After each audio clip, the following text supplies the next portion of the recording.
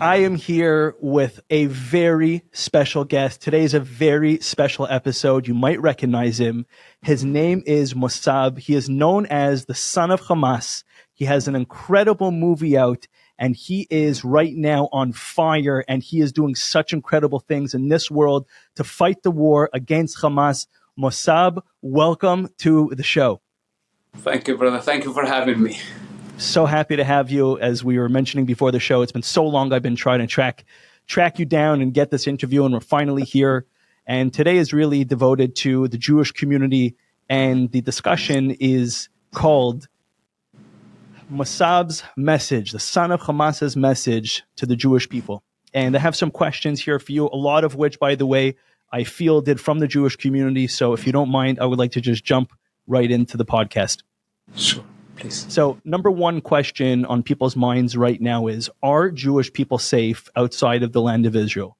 We're talking about United States, we're talking about Europe, and we're talking about all over the world. We see all of these uprisings, what's going on in universities, on the streets. Are Jewish people safe right now in the rest of the world from your perspective? Look, it's a challenging time. I myself, when I walk down the streets, I come across hateful people, but we cannot go into hiding.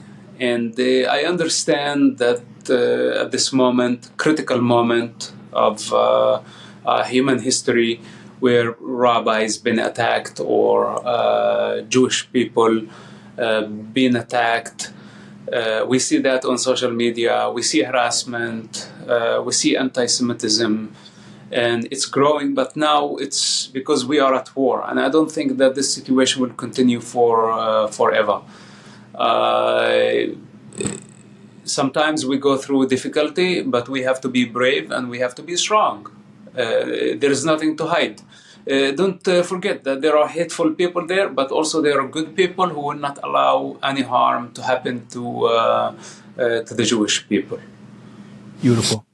So for the viewers who are watching right now who may not know about your story, can you please tell us a little bit about your story, how you grew up in Israel with your father being one of the leaders, one of the founders of Hamas? Could you please tell us a little bit about your upbringing, some of the difficulties you went through as you were growing up? First of all, my father was not only one of the founders of Hamas, and today he's the spiritual leader of the movement, and I'm sure he holds very important position in the movement, but they don't reveal his real position for security reasons. But more importantly, that he was a leader of the Muslim Brotherhood, the movement of the mother movement of Hamas. And this is where nobody's talking about. It's the biggest Islamic movement in the world. It's the ideology of 20th century Hassan al-Banna and Sayyid Qutb. Very dangerous ideology. So my father is one of the top leaders of this organization as well. It's not announced. So you can imagine this is where I came from. This is my family. This is their business. I was the oldest son of Sheikh Hassan Youssef. He had expectations from me. I went through the first discipline of Islam. I grew up in the mosque. I attended all Islamic events. I tried my best to meet with the Islamic expectations, the society, the religious class where I belonged to. I studied Islam, I studied Islamic ideology, I studied Islamic Sharia, I studied the Quran and the classic language of the Quran, which is basically most Muslims cannot understand. So this was my conditioning at the early beginning. Of course, in a very brutal and violent culture.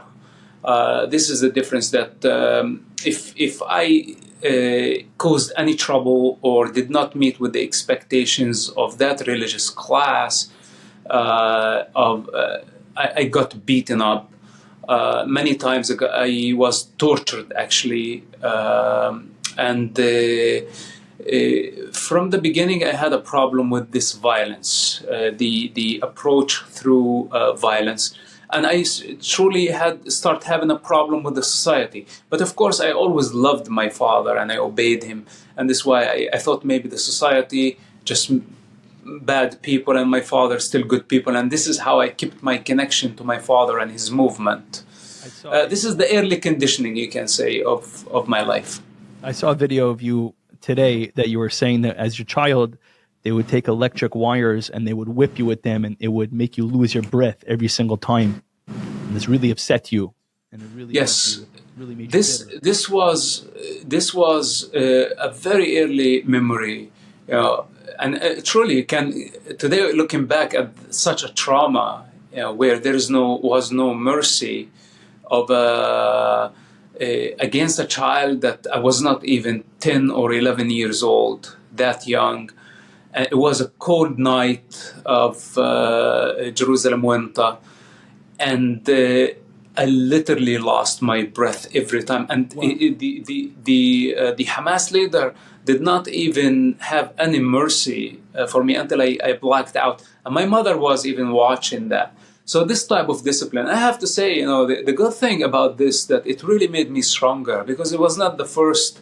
It was not the first thing. Many tried to destroy me in that society, and I wondered my entire life why people were so cruel. Why were they? It's not like I was doing. It's just a kid playing around. It's not I was doing something outrageous. I was just like running around the mosque, causing a little bit of noise, and that was the punishment. So anyway. They really tried very hard, and it just made me stronger, and it always made me wonder why the violence, and the child within rebelled, and the gap just kept widening until now, and it's still getting wider and wider between me and that culture. What's the fundamental reason why Hamas hates Israel so much? And is it that they hate Jewish people as well? Because one of the things that the anti-Semites or the anti-Zionists say on the internet, it's not that we hate you. You're Jewish. You're okay. It's the Zionists that we hate. Where is that hate? Where does that deep hatred come from? Is it from Isaac and his brother Ishmael? Or is it from where does it come from, this deep hatred? Yeah, so it's envy. If you want to look to the fundamental problem, is envy, and it's rooted all the way in history between Ishmael and Isaac. There are fundamental problems why, what Ishmael stands for and what Isaac stands for, and the falsehood and delusion of Ishmael. And this is very evident, even though after thousands of years, one believed that there is order to things, and man cannot be just a pig, eating whatever, doing whatever, sleeping around, trying to conquer without any limitation, just basically pure mind, outrageous in the material world, and the other, sees beyond the material, which is basically the spiritual, the essence, the source. So one is pro-discipline, pro-order. The other one is a false sense of freedom and chaos. So this is basically what puts them at odds. If I want to say from spiritual point of view, but it truly, like throughout, because I'm someone who lived in both cultures, I'm not saying that Jewish people, all of them, also many Jewish people actually don't follow the discipline, but then they are on their own. But I'm talking about the blueprint core group that maintained, let's say, the essence of Judaism throughout the centuries. And this is what makes it actually unique, that it survived thousands of years against so many odds, because there is always a handful of people who are carrying the essence of Judaism, and that's a miracle. And in my opinion, the world would be in trouble from a philosophical point of view if all of us pursue the material and forgot about God. Like, at least there has to be a minority of us who praise order, praise those blueprints that anchor us in truth. Otherwise, all of us would be swayed. So I think this is basically the outrageous, angry individual versus the one who's has got faith in existence. So anyway, without going too far, Palestinians, Arabs in general. This is based in a spiritual. This is thousands of years old. It is deep, but it's evident. It is present in our society nowadays. So basically, Ishmael suffers from envy. Yeah, and Isaac is pro-education, is pro-knowledge, pro-intelligence, and this is a big problem why the Jewish people having all this trouble. If you look at the Jewish nation, and this is my first-hand experience throughout so many Jewish communities around the world, whether people like it or not, the secret of the Jewish people is education. This is the secret. From day one, they knew accounting, they knew writing, they were scribes, they were, and this what made them hold significant positions in governments, empires, throughout the centuries. It's education. This is what gave this small group of people lots of power and lots of influence. Now, the many other groups did not praise education as much as the Jewish people do. While in the Jewish society, you will not find someone who wants to study and does not have money. It doesn't matter. Someone will donate for him from within the community, and always they can find education. So in my opinion, this is the secret. And when you have education, when you are advanced in, let's say, in every level of the human society, in science, innovation, literature, all other creative work, whether if it's Hollywood or everything, then basically you hold important positions and you have access to everything. But people don't like this. People don't like to see success, especially those who are not investing the effort and the energy to work. They want creation, but they don't want to. They want the fruit, but they don't want the effort. Something like that. So the gap. What we see today. Many people anti-establishment, anti-bankers, anti-Zionists, etc. All these non-existential entities, they create for themselves someone to blame. They want someone to blame for their failure. They wait and wait and wait and wait for help from the outside. The help does not come, while others work and work and work and they create. Then they come to blame. You know why it's not given to us? Well, it's not given to you because basically you are not working. Anyone who put sacred work, there's going to be fruit to their work. So I get this from a lot of people on the internet. I get bombarded from anti-Semites all day long. They always say the same thing. The reason why October 7th happened is because you guys have been oppressing the Arabs and the Muslims since 1948. And by the way, the head of the United Nations, he said it himself, his famous saying that this didn't happen in a vacuum. What do we answer those people that say that the Jewish people brought this upon themselves because they are the oppressors and therefore they deserved, God forbid to even say such a thing, what happened on October 7th? Because both groups, whether if it's the head of the United Nations, the Secretary General, or the pro-Palestine crowd who have no clue where the region exists on the map, this is or the Palestinians, they all just blame. This is their game. They don't take responsibility. If we go back prior to the modern existence of the State of Israel, the modern Israel that we know, prior to that, the Jewish people maintained their presence on the land throughout the centuries. Nobody can go against history. It's their failing attempt to rewrite history. Nobody can rewrite history. The Jewish people, whether if it was an empire or a kingdom or a state or a democratic state, they maintained presence on the land. They have a connection throughout the centuries, thousands of years of connection to that part of the land. And I cannot blame them. They just love the land. They love their religion, they love their what they stand for, and it's something that I highly encourage. I don't want just to have bunch of people who don't have any anchor to anything and they're just swayed with whatever. No, I would like to see people who have discipline, people who have moral compass, morality, ethnic values, etc. And the Jewish people represent one of the most ancient traditions that actually helped us as humanity to survive through chaos. So basically, this is beyond just a political Palestine. But even though the Jewish people did not have a problem to coexist with Arabs, Palestinians are not even ethnicity.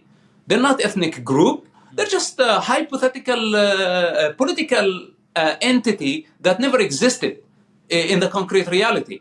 So even though Israel did not have a problem to coexist with the Arabs. Arabs are ethnicity.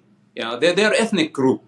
And Israel has 1.6 million Arabs in Israel, the democracy that we all know. And there is no problem. They're equal citizen, even though they don't serve in the army. They don't fulfill their duty like the Jewish citizens of the state, but they are equal citizens in the state of Israel. So Israel does not have a problem. It's a fact that they don't have a problem towards the Arabs and coexisting with the Arabs. Israel did not have a problem for an Arab state to exist next to the Jewish state back in 1948. But what happened? Arabs refused to coexist with a Jewish state. Hence, they tried to destroy the state of Israel again and again and again, all the way up to October 7 attacks. That if their intention was to build a Palestinian state or a Palestinian nation, they would have a Palestinian nation by now. But their attempt throughout century has been to just demolish Israel. If I to find a definition what Palestine is, it's literally the Israel ceasing to exist, or the destruction of the state of Israel. This is what Palestine really means. Is that what they mean when they say free Palestine? Exactly. When they say free Palestine means eliminate or annihilate Israel. It's a crazy thing, by the way. When they say free Palestine, it literally means wipe out the entire land of Jews. Of course, because if it has been about Palestine, we would have Palestine by now. But all the leaders, the whole Palestine concept or entity is basically to replace Israel. It's an opposing force to Israel rather than a coexisting force or a potential coexisting force. So we cannot lie to ourselves. This has been the dilemma throughout the centuries. And I am not worried about Israel because Israel can easily coexist. Israel has been extending its hands to the Arab world everywhere for how many years? And they were just rejecting to recognize Israel's right to exist, even though Israel existed throughout the centuries, way before and throughout the centuries before this modern political Israel was established. This is a modern entity, but the nation relation to the land, to the region, and it's the cornerstone of that region, if I can say. And if Arabs, what they don't realize, by removing the cornerstone, the entire structure would collapse. And they cannot just think that Israel existed only in 1948. So all the people come and blame Israel today from the West, from universities, liberals, intellectuals, historians, etc. Those are they don't see things for what they are. Their view is polluted by selfish interest, and it's their personal desire that's blinding them. Why they push such agendas? So with that said, their claim is projected back at them. They are not being truthful. How much of Islam does Hamas represent? Meaning, does Hamas go together with Islam? Look, Hamas represents jihadism and an extreme of Islam. Islam has jihad in it. Muhammad fought his opponents, the Prophet of Islam, he fought his opponents. But you have to put Muhammad in the context of the 7th century, where it was tribalism and tribes were killing each other. Muhammad came, tried to unify those tribes and stop the bloodshed. Instead, they fought against him, and after 15 years of peaceful approach, he chose to defend himself. So there was fighting. Now, Hamas come and take things out of the context and apply it to the 21st century by saying, jihad is a holy thing and it's our responsibility towards our religion, etc. But by doing so, they took Muhammad and his teachings out of the 7th century, and it's anybody can manipulate it to serve their political agendas. So I cannot say that Hamas represents Islam or does not represent Islam. It really doesn't matter. Because at the end of the day, Hamas committed irreversible genocide. And throughout the conflict, 36 years of their existence, they blew up buses, universities, schools, synagogues. They killed so many innocent people, so many civilians, not only Jews, also Americans, Arabs. They killed their opponents, their rival parties. So we have an Islamic problem and we have Islamists' problem. And this is something that I have been fighting against. And I think Islamism and anti-Semitism, they go together somehow. It's because it's at the core of Islamism is anti-Semitism and hatred towards the Jews. So basically, it really bothers me when world leaders say we have to stop anti-Semitism and Islamophobia. Well, Jews in Israel have a reason to have Islamophobia because they're being murdered by this Hamas terrorist organization that claims to be representing Islam. So I never understood why they put Islamophobia and anti-Semitism together. Yeah, they just want to silence, I have been accused of Islamophobia. They just wanted to silence us. Even if we had critical thinking of Islam, it wasn't meant to insult Muslims. It just critical thinking of, we have an ideology that has been inspiring so many terrorists around the globe. So we need to understand this phenomenon. We cannot actually address it without studying the ideology. So any attempt or any person, so why would I be accused of Islamophobia if I was born as a Muslim? I was born as a Muslim and I fought against the ideology itself. Then I wanted to criticize it, but I was canceled by American universities as Islamophobe. What? I was born there. It's like I'm not a phobic of Islam. It's like basically you're a critic, not a phobic. Critic of Islam. So, but everybody who's criticizing Islam, it doesn't matter if you're Jewish or Christian, because many Muslims criticize Christianity, but Christians are not blowing up mosques in return. It's okay. We can criticize, especially when we have global threat and so many terrorist groups blowing up things and destabilizing the global security. People have the right to ask questions, and since when this was a crime? So for all those who say Islamophobia, etc., they are useless. I don't think they actually want to protect Muslim minorities in the West. I think what they are afraid. They are the ones who have phobia. They are the ones who are calling for call Islamophobia. Those are the ones who are afraid of Islamists' retaliation if they get provoked. So they try to shut everybody up and not allow anybody to have critical thinking to address a global issue that we cannot ignore anymore. But anyway, why we need to be very careful. We don't want to make, let's say, fan the flames of conflict. Yeah. Instead, what I would like to do is to reform Islam, to just tell the Muslims the violent part that was in the 7th century, leave it in the 7th century, let it die in the 7th century. As children of the 21st century, we cannot adapt this violent approach. And we cannot consider it as a legislation from the divine or from divinity, because it cannot be. It's contradicting with evolution. It's contradicting with human consciousness. And if Muslims insist on the use of violence to spread their ideology, etc., humanity will not be silent from this point on. Thank you for watching so far. I hope you're enjoying it. There's plenty more to come, so stay tuned.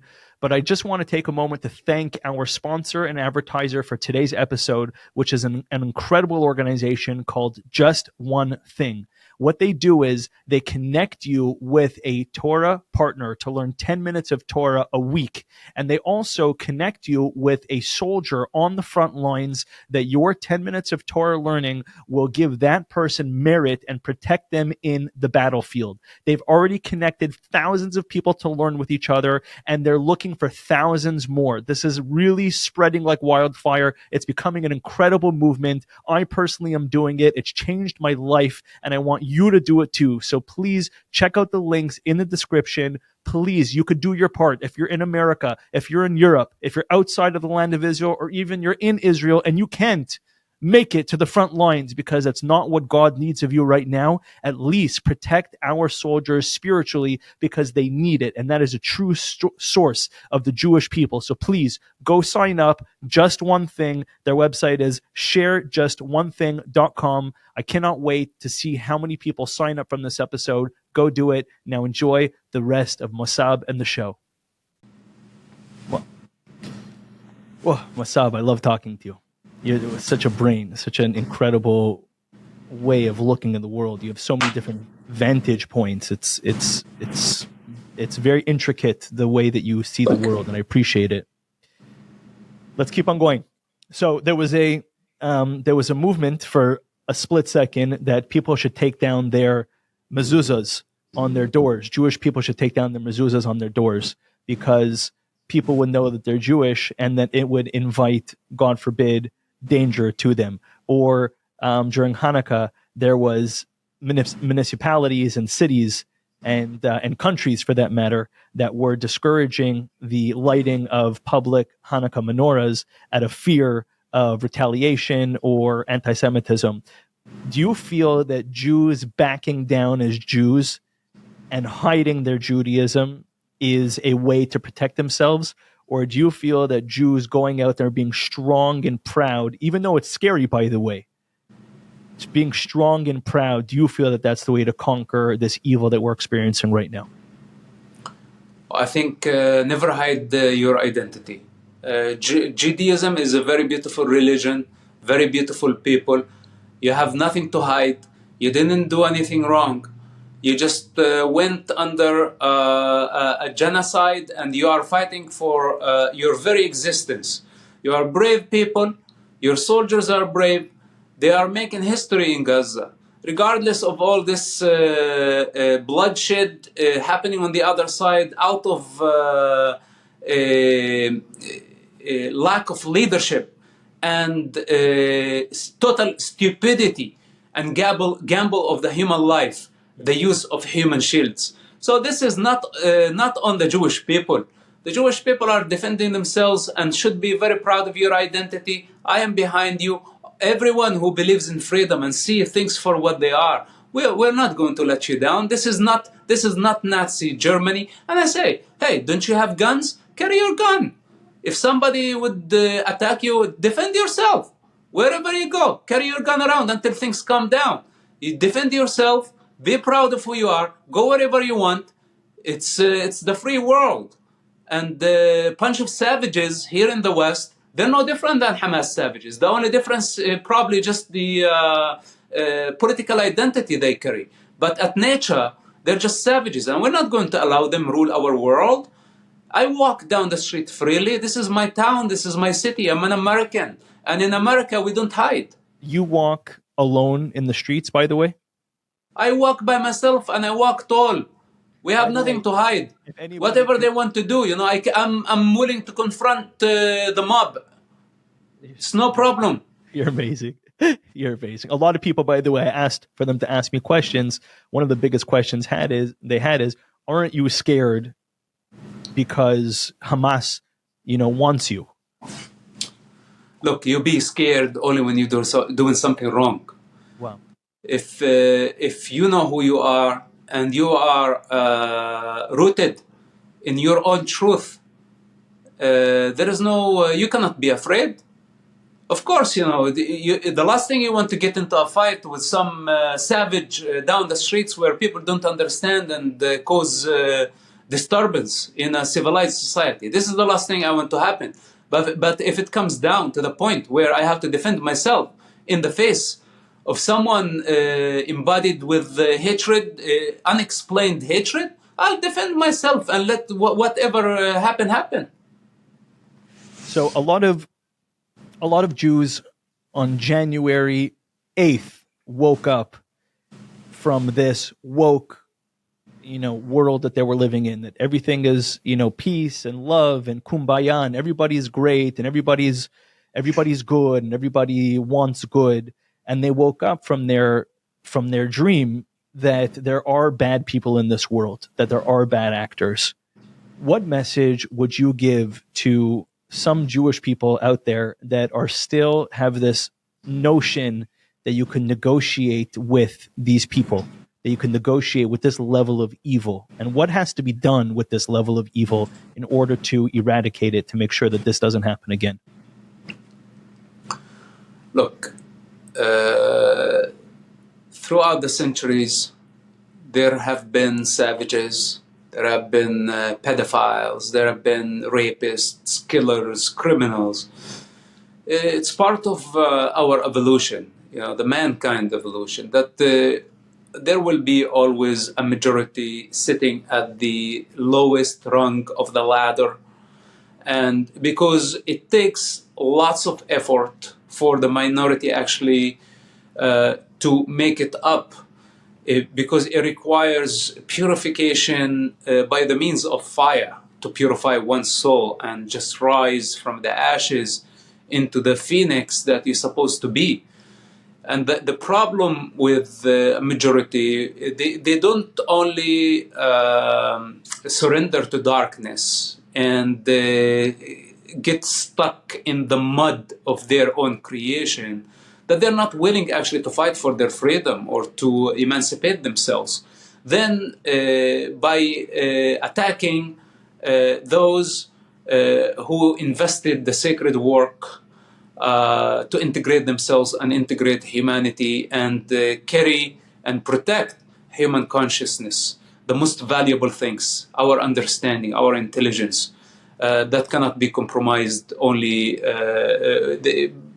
for pleasure or for selfish desire.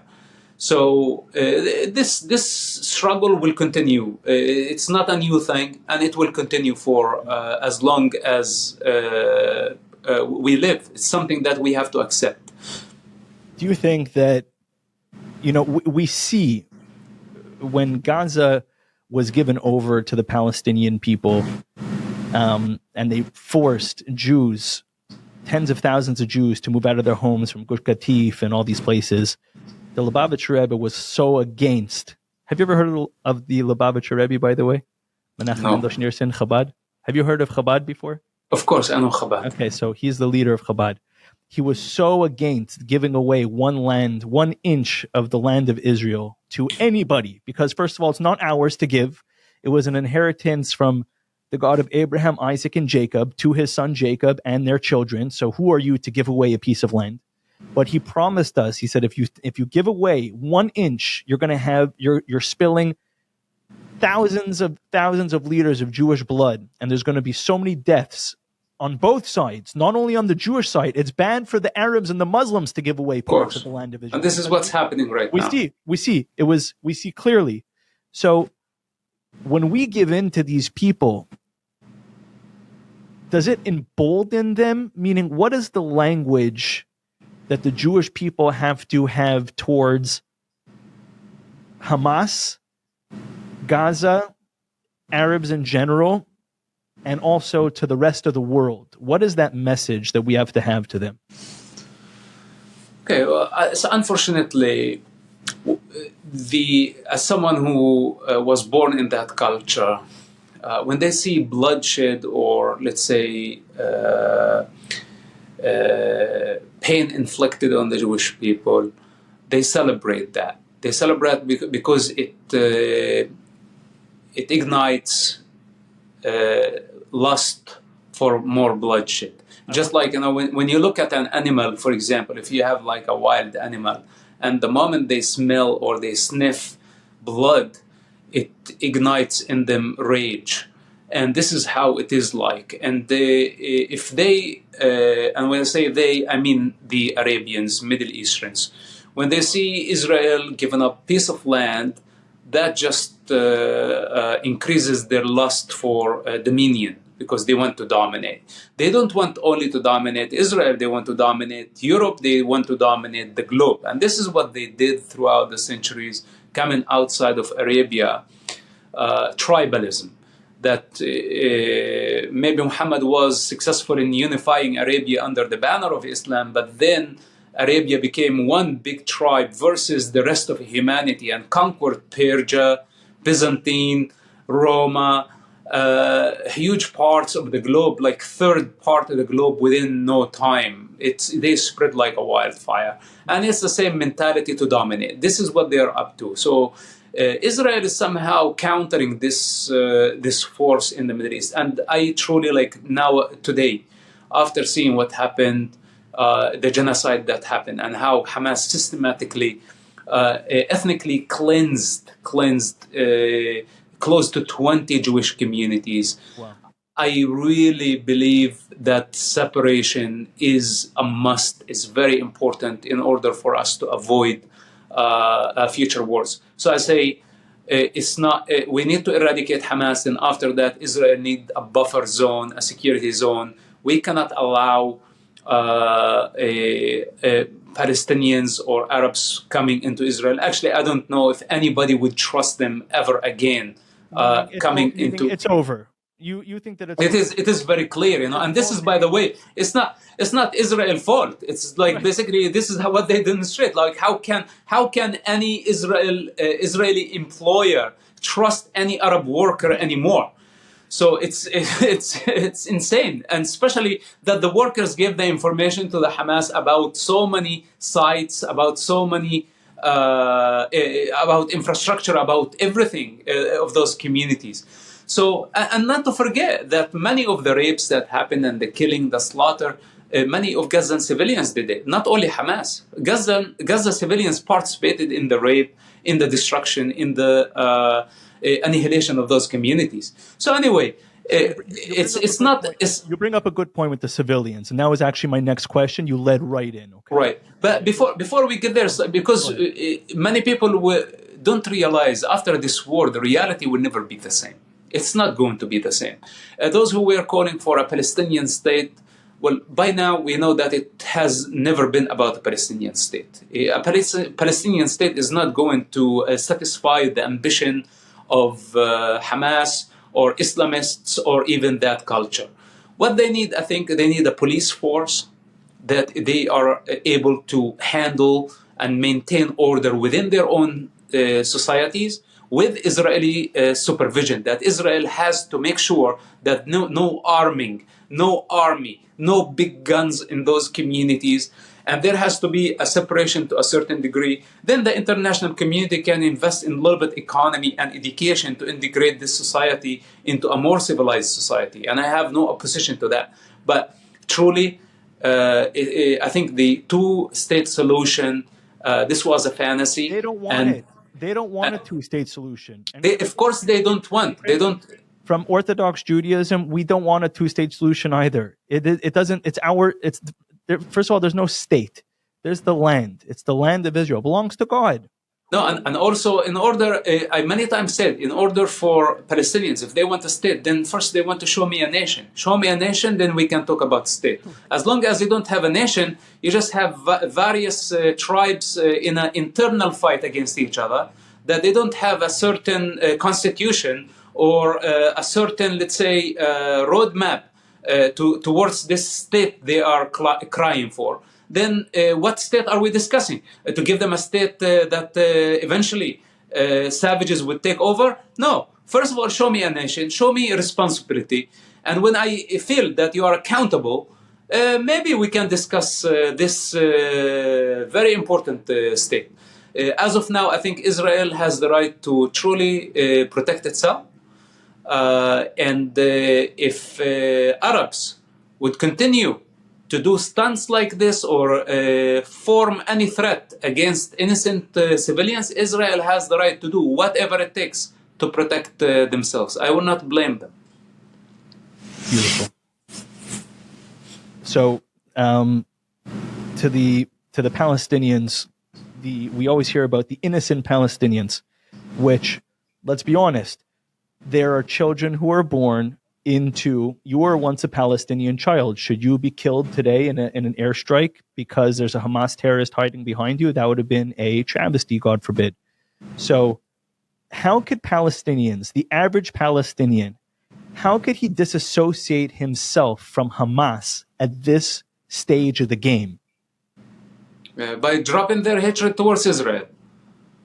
And this is unfortunately not only Hamas, a majority or the majority of the Palestinian society, the majority of the Arabs throughout the Arab world, and the majority of the Muslim world, they have hatred towards Israel.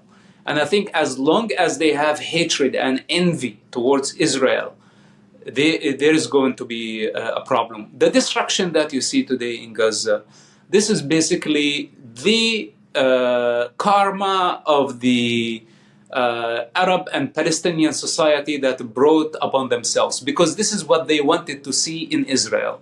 They have been calling for the annihilation of Israel for centuries, and eventually they experienced something on October 7th. Just the genocide happened.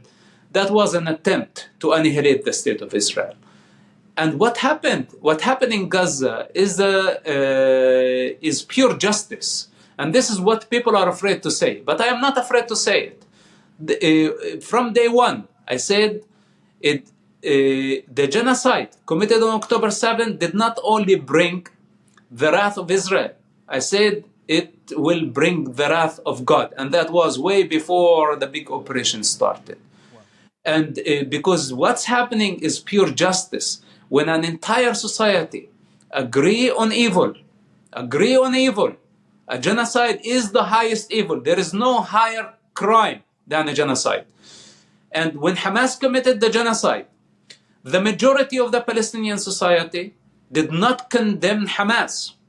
They justified their act of raping and ethnically cleansing entire communities based on their race, based on their religion. Now, when evil embodiment reach such a critical point in a society, this is a severe disease. And of course, the punishment will fall on everyone. So, from practical point of view, how this is happening, it's happening because Hamas is using the civilians as human shields. And there is a big difference. Israel, in the face of existential threat, cannot right now compromise its very existence because of civilian casualty, mainly happening because their own ruler is using them as human shields. Right. So from, let's say, humanitarian point of view, and if you really want to have a balanced look at the situation, on one hand, I see a genocide victims. Those are the victims of October 7th. The Israeli Jewish communities wiped out, ethnically cleansed by Hamas. This is a genocide. And it's confirmed genocide. Nobody can argue against it. Now, the victims in Gaza, okay, they are in bigger numbers. And that's, by the way, also Hamas statistics. We are not sure that the numbers are real. And I doubt them because I cannot trust any word Hamas say. But to me, those victims are victims sacrificed by Hamas as human shields. And there is a big difference. I find it heartbreaking. I went on Twitter. Look, it's I cannot pretend. Listen, I cannot. On Twitter the other day. I went on Twitter to see. I always follow the Jewish hashtags on Twitter. I usually go just to follow you on Twitter, but I go on the Jewish hashtags. But I went, Israel Nazis, for example. The videos that are coming out of Gaza and these poor children are absolutely heart-wrenching. Breaks my heart. We don't know if they are real. That's interesting, by the way. I don't know if they are real. I don't know if they're coming from Gaza, because many of them are coming from Syria. Many of them are coming from Syria, and many of them are actually not real images, not real videos. And listen, in war, people die. Yes. And I personally cannot get too emotional about the situation. We need to bring things back to equilibrium. This is our responsibility. Things went out of control. It's chaotic. There is a group of savages protected by an entire society who voted for them, who hide them, who provide them with every support they need. And in war, people die. This is why the Gazans did not rebel against Hamas. Almost 17 years. 17 years of Hamas rule. Why didn't they do something about it? At least, what about the Palestinians in the West Bank? They are not under Hamas rule. Why don't they step forward and condemn Hamas and say this does not represent us? At least take the political cover from them. So again, when we have a problem that a society is praising a genocide, justifying a genocide, they're automatically partners in this crime. Wow. So don't tell me, their children are dying. Well, death, nobody wants to see death. But remember, everybody is going to die eventually. And for the decision makers, look, I know it's very hard. This is, I supposedly to come and cry, say also my people. But listen, these people also want me dead. They all agree that if I go back to the Palestinian territory, I would be butchered, on the hands of a mob. How am I supposed to feel about this? Why Israel is supposed to look in compassion towards them if they want to annihilate Israel? And why I supposed to look at them and say, it's like, oh, you did not deserve to die, but in the meantime, you want me dead. So it's, I don't know, this is very twisted reality, and I cannot be emotional about it.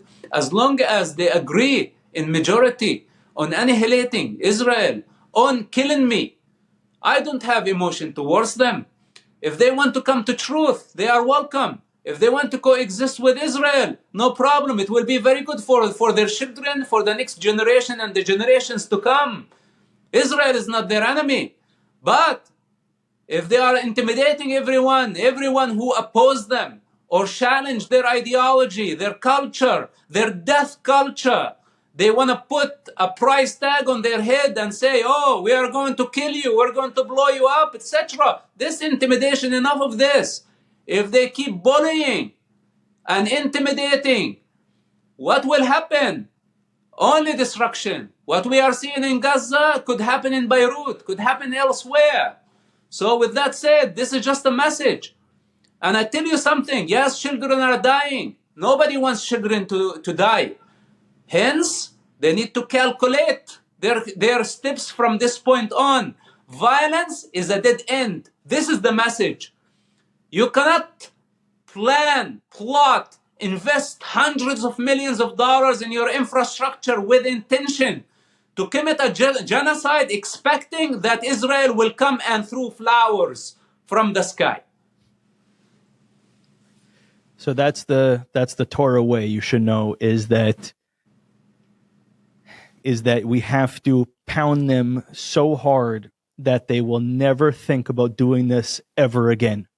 Yes, this is an example of all Islamists, whether they are in Europe, they are wherever they are. They need to understand that violence is a dead end.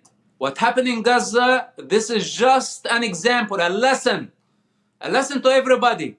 And Hamas is going to be eradicated in Gaza. And this is going to be the end of Islamism, the end of the Muslim Brotherhood for the next 100 years to come. This is what Israel is doing in Gaza. So yes, we will look back and say, oh, many civilians died. And by the way, the world is going to be surprised that we're not going to find a matching death certificates for the numbers that Hamas provided, because all of it is a lie. Well, it brings me to my next point. Why are there not more people like you? Meaning, you would think out of millions of Arabs, Muslims, Palestinians, why is there 1, 2, there's like another guy that's rising, that's starting to speak out, but you would think that there would be hundreds of people that have come to the light. Why are there so few people that have realized what's going on here from the society? Look, I don't wait for others to validate my work. And when I started, yes, I was alone. There was not many there.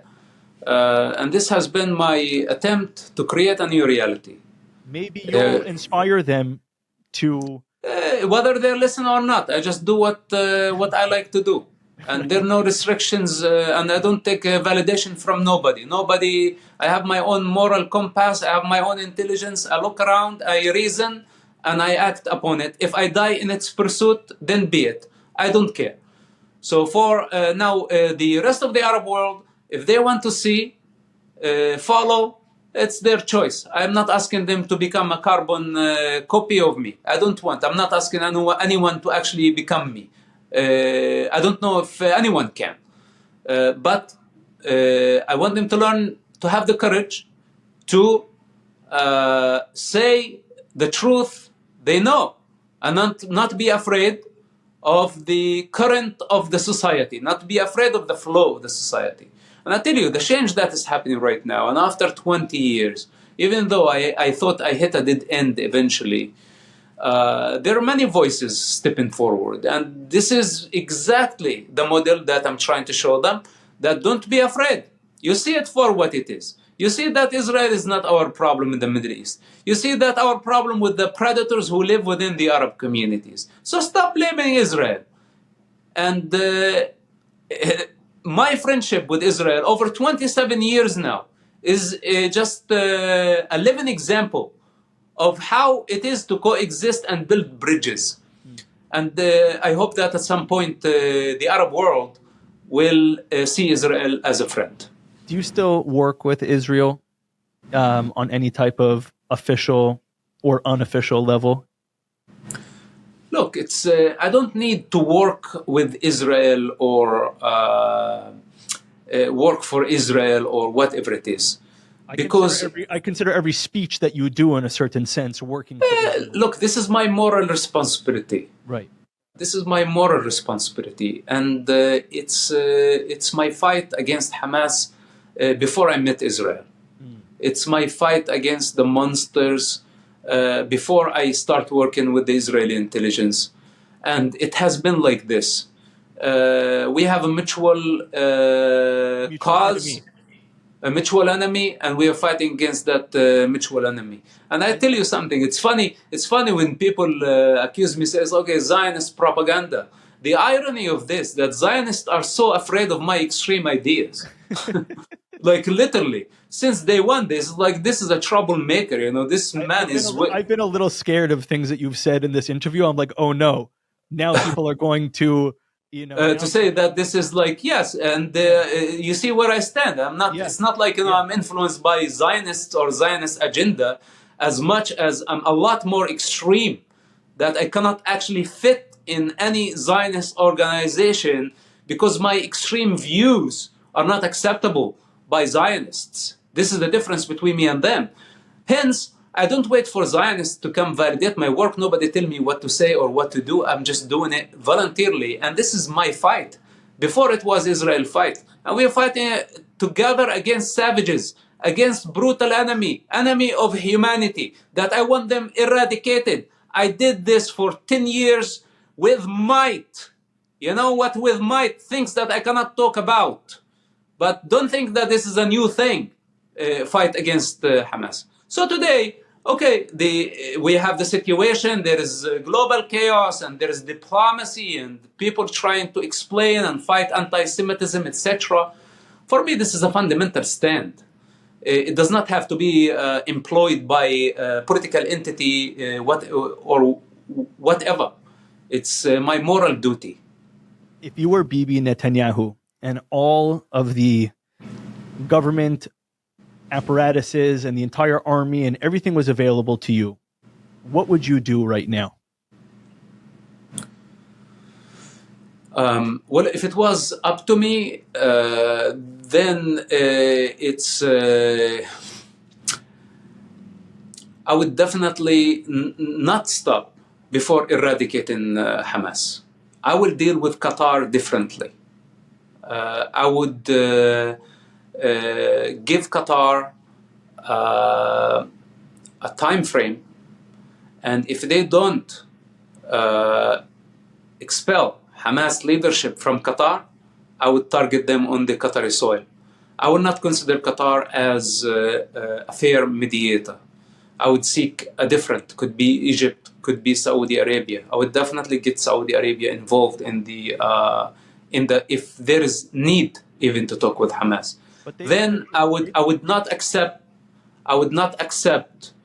the humanitarian aid coming into Gaza because it's going to Hamas and it's given Hamas a lifeline. I opposed that from day one. I'm against it.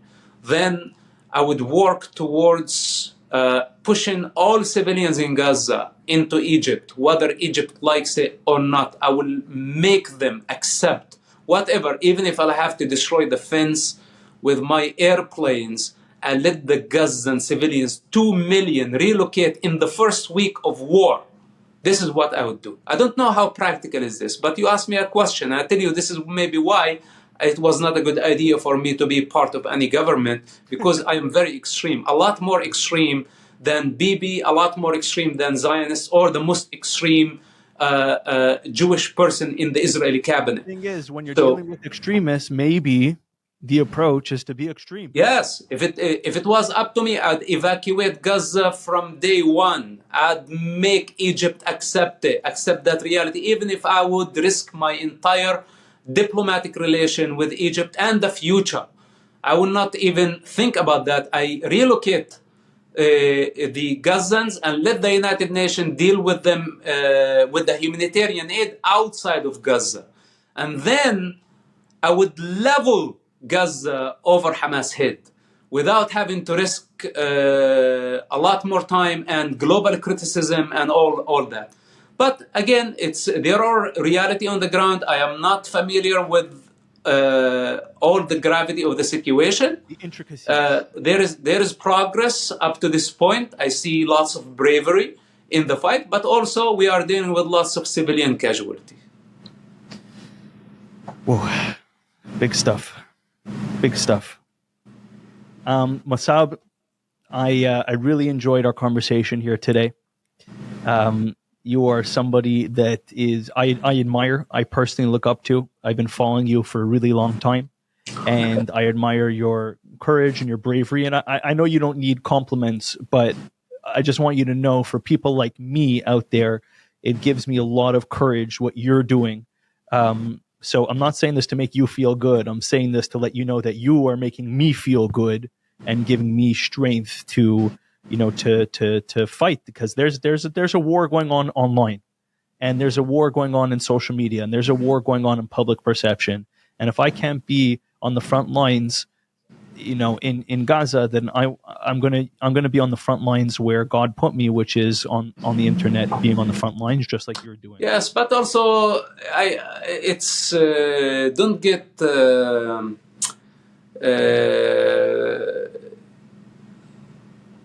I don't say like carried away with this whole online war, because the real war is in Gaza, and all it takes brave soldiers on the ground to eradicate Hamas, and we are moving closer every day towards that goal. Those keyboard warriors, totally disconnected from reality, addicts to video games, etc. They think it's just like another video game they are playing. They are not of my concern, because eventually, a few weeks from now, or even a few months from now at max, we would have eradicated Hamas, removed them from power, and Israel will restore order. Then the world is going to look back at those moments and see the absurdity of so many clowns who just unmasked their true faces and expressed anti-Semitism. This was a test, only a test. And later We know those people, and we know what they did. We know who stood with truth. Truth shall prevail. We took notes. We took receipts. Everything is clear. And those who thrive in chaos, this is the problem. They think when chaos happening like this, they can spread hatred, and they can just attack innocent people and spread anti-Semitism. They think they can get away with it. What they don't realize that this is a very temporary situation, and we are going to destroy Hamas in Gaza. Then after that, those people are going to be remembered wherever they are going to go. They are not going to get away with their crime, because participating with savages like Hamas, giving them cover in a time of war, this is not something that is going to be forgotten easily. So now let them rage, because we are at war. But eventually, they are going to be held accountable, and there is no escape. This is karma, first of all. Beyond the punishment of the society and beyond the punishment of the government, there is the punishment of the universe. That's called karma. You take the side of savages who just committed a genocide, took hostages, and trying to release mass murderers back to the streets, and you call them freedom fighters, and you advocate on their behalf, you fight on their behalf. You are a criminal like them. It's as simple as that. I don't know if you saw, when people watch this, it'll already be past news, but today the Turkish prime minister, one of the Turkish MPs, President, I think it was the MP, one of the MPs, he was cursing Israel in front of the parliament. And he says, Allah is going to curse the Jewish people. And in the middle of his sentence, he got a heart attack and he fell to the ground.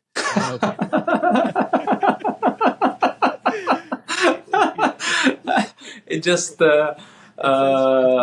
just a man. He's just a man. It's yes, like millions of people wishing me to die. Right.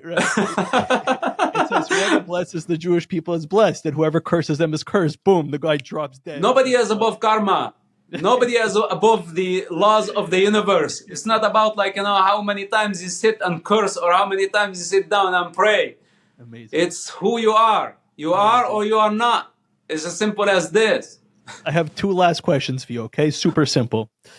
Sure. Number one is, what does it, when you say, you keep on saying, and Israel, by the way, keeps on saying it, eliminate Hamas. From our understanding, there's 30 to 40,000 Hamas soldiers, okay? May God obliterate their name. Yimach Shemam. That's a lot of people. That's a lot of dead bodies. Is that even practical? Is that even feasible? How does that happen? Look, they did a very good job when they dug so many tunnels. They dug so many tunnels. So basically, this is going to be an open grave for all those numbers. Mm-hmm. This is the opportunity of the IDF to just bury them in the very tunnels they themselves have dug. And when we talk about 40,000 savages, 40,000 potential mass murderers, there is no mercy towards this. There is no mercy who want to target civilians, who killed babies, who kidnapped infants, who raped women, who hijacked an entire society, took human shields, caused the death of many innocent people, destabilized an entire region and the global security. Are you telling me 40,000 go to hell? I hope they get buried in those tunnels and they never see the sun again. Amen. May it be God's will. And my last question for you is, so from what it sounds like, it's actually not a question, it's actually more of a comment. From what it sounds like is, to boil it down, we spoke about a lot of things here today. It sounds like you're telling the Jewish people, stop apologizing. Don't apologize for your existence. Don't apologize for defending your existence. Don't apologize for doing what you have to do in order to avenge the people that were killed.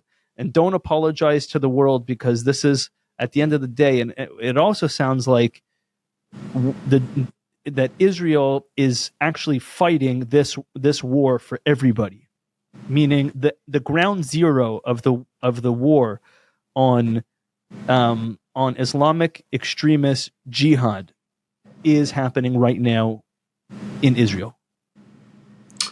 Yes, brother, you apologize when you do something wrong.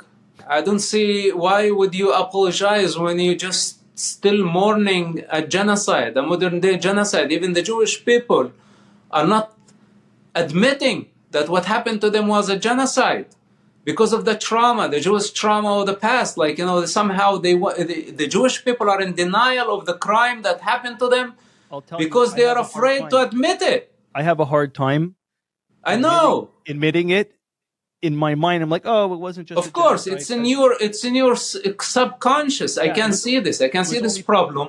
It was only 1,400 people, and also Palestinians are getting killed. And they always say that we're looking for sympathy, and we're always the victims. I'm telling you, I do it myself. I have not accepted. You keep on saying the word genocide. In my mind, I'm like, I'm not really sure. As you're talking, that's what I'm thinking. Yes, I know. It's from day one. I was like, "Hey guys, after I saw the massacre, it's a sickness." After I saw the massacre, right? I tell you something. You saw the 45-minute video, right? Yes. After I saw that, I simply said, "Oh my God, you guys, this is a genocide, and you're just talking about a terrorist attack. This is not a terrorist attack. This is this is ethnic cleansing, and in the meantime." You have been accused of committing a genocide against the predator while you are the victim of a genocide. So this is where, basically my life would never be the same. From that day, my life would never be the same. I saw the difference in your face from the videos, from the difference before and the difference after. It was very, very hard for me. It was very hard for me because I had to make a very difficult choice to disown my own father and condemn him to death the same way he condemned me 12 years ago. I always forgave him and I honored him regardless that he condemned me to death for saving his life, by the way. This was... I know how many times you saved his life. Yes, this was the time where I was like, okay, we have to define the lines. This is a very ugly and dirty war against savages that no compromission in it. And I had to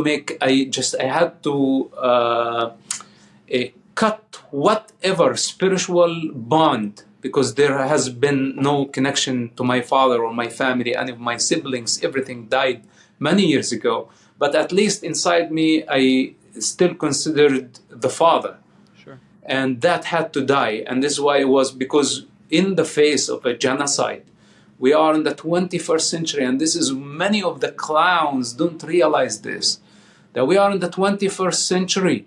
And we saw things in Hollywood regarding genocide, and what we seeing documented by the savages themselves is exceeding anyone's imagination in its brutality and its barbarism. When we are in the face of such an enemy that he wants to spread to Europe, wants to spread globally and do this to the rest of humanity, this is not the time to be politically correct, and it's not the time to think about tribal interest, family interest. Everything had to be dropped. This is existential fight, not only for Israel, it's for humanity. And this is where we stand, and we have to stand firm. We cannot compromise only because of public opinion. I cannot let the majority lead now. We have to be in charge, and we have to stay truthful. Even if we get crucified in the process, I don't care. We have to stand firm. We have savages, and we have to eradicate them. You tell me 40,000, you tell me whatever it is. There is nothing to apologize about. The Arab world, the Muslim world need to step forward and apologize for not condemning Hamas for committing a genocide. The United Nations need to say, we apologize to the Jewish people for not condemning Hamas, for not protecting the victims of a genocide, for not giving Israel the cover and the support they need in their fight, their existential fight against savages. Those are the ones who need to apologize. The pro-Palestine need to apologize. All those who advocate and still advocating for terrorists, for savages. Those are the ones who owe an apology to the Jewish people. The Jewish people didn't do anything wrong. The Jewish people in self-defense, it's totally justified, and I got your back.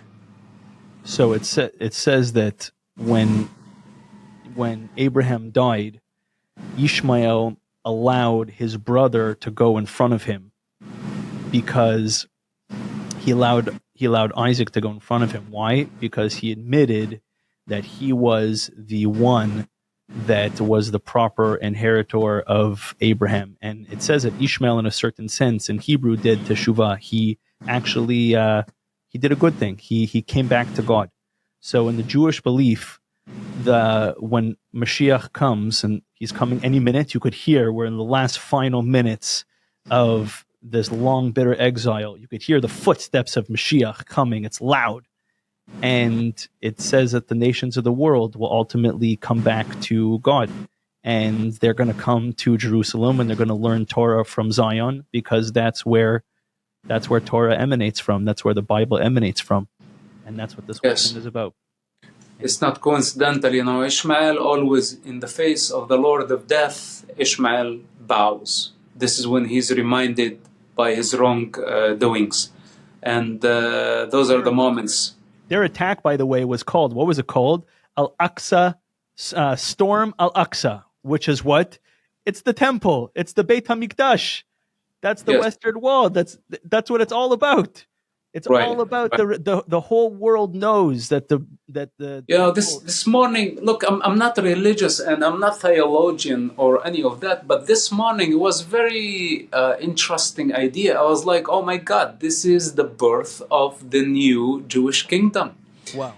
But it's truly like this morning, even I was telling this to Gunen when I was talking to him, I told him, brother, this could be the birth of the Jewish kingdom. And he says, like, God forbids, because he's very tired. He's like, who's going to be the king for this kingdom? Dad, what am I going to do with him? But listen, it's in general, this is the rise of Israel, actually. This fight, the victory in Gaza, and post-war is going to define Israel in the magnificent nation that it is. And it is going to show the entire world the model of resilience, of power, of justice, of everything. And I think this is just the beginning of a new era for Israel that is just paving the way to, I would say, what could be, hopefully, finally, the salvation of mankind. Hopefully. Amen. Thank you for your time, Mossab. You're doing such great work from all of the Jewish people, and from my personal family. I just want to tell you that I know it's funny to say, but I love you. And thank you, brother. I love you too, brotherly love, and I appreciate 100%. You. I appreciate your people. Again, this is not a political stand. This is a fundamental one. Yeah. We are together in this. Yes. I understand your struggle. I love you, and we are together in this. And it's going to be just a matter of few weeks, few months. We look back and we say, wow, what we had to go through. Wow. Amen. And I hope one day maybe to have you for Shabbat in my house, okay? That would be lovely. Okay. But no challah for me. Oh, okay. Well, you're gluten-free? You're gluten-free? Gluten-free. Okay, no problem. Okay, brother. Sounds great. Okay. Thank you very much. I appreciate it.